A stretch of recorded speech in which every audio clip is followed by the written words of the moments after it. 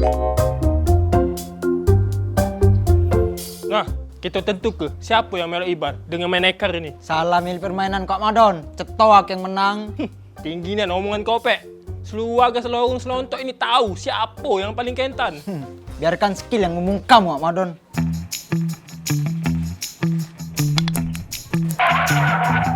Ya Allah, di situ.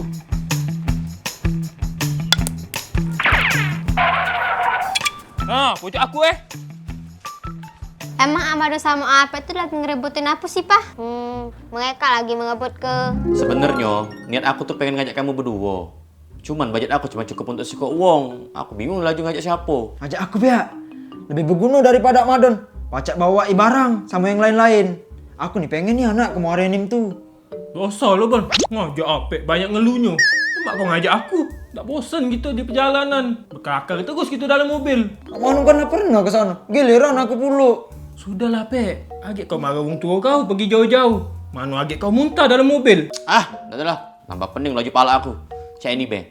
Kamu tentu ke lewat permainan. Siapa yang menang dari permainan itu, dia yang aku ajak.